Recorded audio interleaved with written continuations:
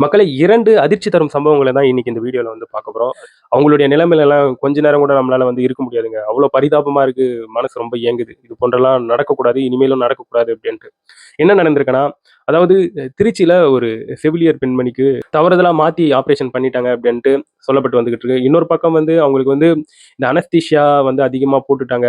அதனால அவங்க இறந்துட்டாங்கன்ட்டு பல்வேறு விஷயங்கள் சொல்லப்பட்டு, ஒரு செவிலியர் இறந்ததுக்கு வந்து இப்போ சோசியல் மீடியா முழுக்க பல்வேறு தகவல்கள் வந்து சுற்றி திரிஞ்சு, இப்போ பூதாகாரமாக வெடிச்சிருக்கு. அதுல அந்த செவிலியர் வந்து இறந்திருக்கிறது உண்மையாவே மனசுக்கு கஷ்டமா இருக்கு. பட் அவங்களை சுற்றி அவங்க எப்படி இறந்தாங்கன்றது சுற்றி ஏகப்பட்ட கான்ட்ரோவர்சி வந்து போய்க்கிட்டு இருக்கு.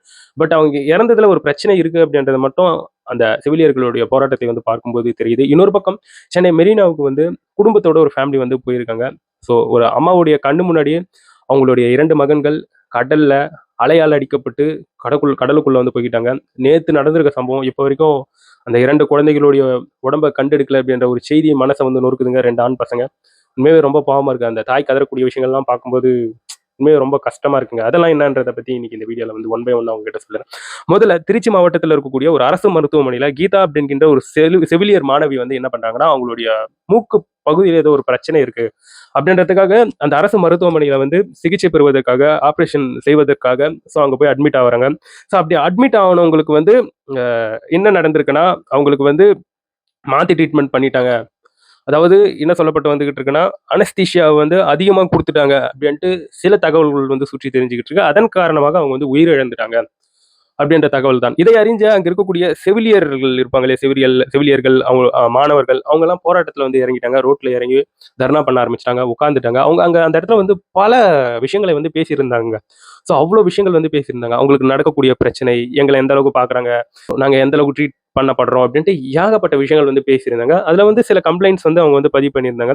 இறந்து போயிருக்கக்கூடிய கீதா அப்படின்கின்ற அந்த பெண்மணிக்கு வந்து மாற்று அறுவை சிகிச்சை செஞ்சுட்டாங்க. அந்த பெண்ணுக்கு வந்து மூக்குல இருக்கக்கூடிய ஒரு பிரச்சனைக்கு வேற எங்கேயோ ஒரு இடத்துல உடம்புல ஆப்ரேஷன் பண்ணி பிளட்லாம் அதிகமா லாஸ் ஆகி சரியான மருத்துவ உபகரணங்கள் இல்லாம மருத்துவர்களுடைய அஜாக்கிரதையின் காரணமாக இறந்துட்டாங்க அப்படின்ட்டு பல திடுக்கிடும் தகவல்கள் வந்து அந்த செவிலியர்கள் வந்து அந்த போராட்டத்தின் பொழுது வந்து சொல்லியிருந்தாங்க. இதை தாண்டி நிறைய சொல்லியிருந்தாங்க.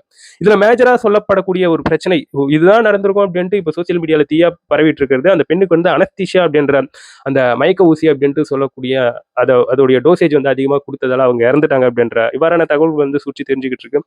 நிறைய நான் சொன்ன மாதிரி நிறைய செவிலியர்கள் வந்து ரோட்ல இறங்கி போராடிட்டு இருந்தாங்க. அந்த சமயத்துல வந்து அந்த போராட்டத்தை வந்து கைவிடுமாறு நம்மளுடைய அமைச்சர் இந்து அறநிலைத்துறை அமைச்சர் ரமேஷ் அவர்கள் இருக்காங்க இல்லையா, அவங்க அந்த இடத்துல வந்து அந்த பெண்கள் கிட்ட வந்து பேசியிருந்தாங்க.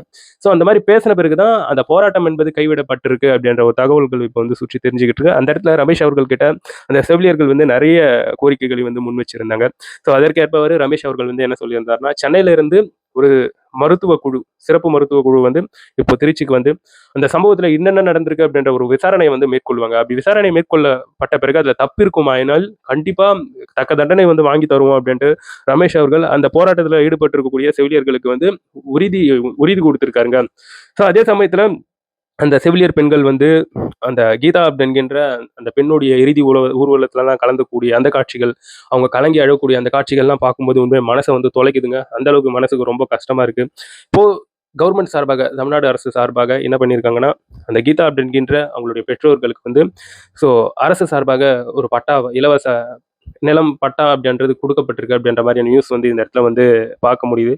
இது வந்து அவங்களுக்கு வந்து பெருசா ஆறுதலாலாம் இருக்காது. பட் அவங்களுக்கு ஏதோ ஒரு வகையில இது வந்து யூஸ்ஃபுல்லா இருக்கும். இது வந்து இந்த சம்பவத்துல தப்பு இருக்குமாயினால், கண்டிப்பா இதுல வந்து கீதா அவர்களுக்கு ப்ராப்பரா ஒரு ஜஸ்டிஸ் வந்து வாங்கி தரணுன்றதுல வந்து மாற்று கருத்தே கிடையாது. ஏன்னா, அலட்சியத்தோட ஒரு உயிர் போயிருக்குன்னா, இத வந்து எந்த வகையிலயும் ஏற்றுக்கொள்ள முடியாது.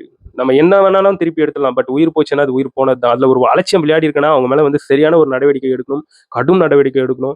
இது போன்ற தவறுகள் வந்து திருப்பியும் நடக்கக்கூடாது அப்படின்ற ஒரு அஷ்யூரன்ஸ வந்து மக்களுக்கு மத்தியில வந்து கவர்ன்மெண்ட் குடுக்கணும்ன்றதுல வந்து மாற்று கருத்தே கிடையாது.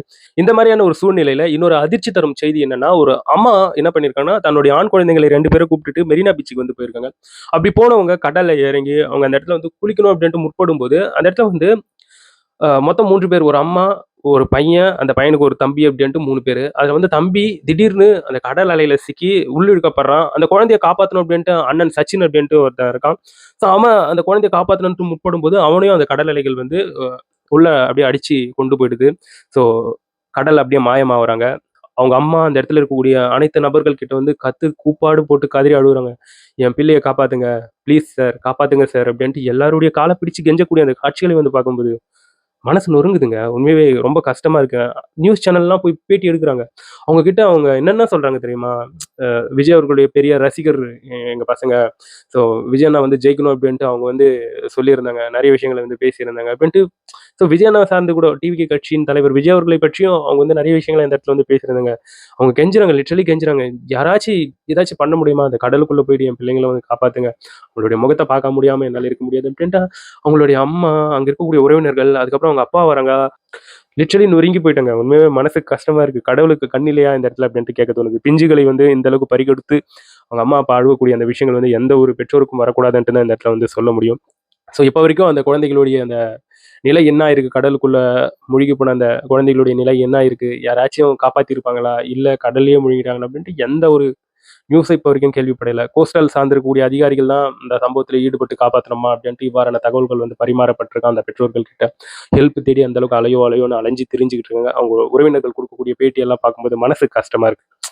கோடை விடுமுறையில வாங்க மெரினா பீச்சுக்கு போயிட்டு ஜாலியா இருக்கலாம். என்னுடைய ஃப்ரெண்ட்ஸோட குடும்பத்தினர்கள்லாம் போறாங்க. வாங்கம்மா நீங்களும் வாங்கம்மா போலாம் நம்ம அப்டின்ட்டு அந்த குழந்தைய சொல்லி கூட்டு போயிருக்கான் அவங்க அம்மாவ. இப்ப அவங்களுடைய அம்மா கண்ணு முன்னாடியே 2 குழந்தை மாழமாவுறது எந்த ஒரு தாய்க்கும் வரக்கூடியாத ஒரு நிலைங்க. ஸோ இதுலேருந்து அவங்க மீண்டு வரணும். அது இந்த இடத்துல என்ன ஆசைன்னா, ஒரு அற்ப ஆசை என்னன்னா, அந்த குழந்தைகளுக்கு ஒண்ணுமே ஆயிறக்கூடாது. கடவுள் புண்ணியத்துல யாரோ ஒருத்தவங்க அந்த குழந்தைங்கள வந்து காப்பாத்தியிருக்க கூடாதா? அப்படின்கின்ற ஒரு ஏக்கம். பட் பார்ப்போம் என்ன நடந்திருக்குன்றத பார்ப்போம். மேற்கொண்டு பார்ப்பாங்க. கடல்ல இறங்கி கண்டிப்பா என்ன நடந்திருக்குன்னு பார்ப்பாங்க.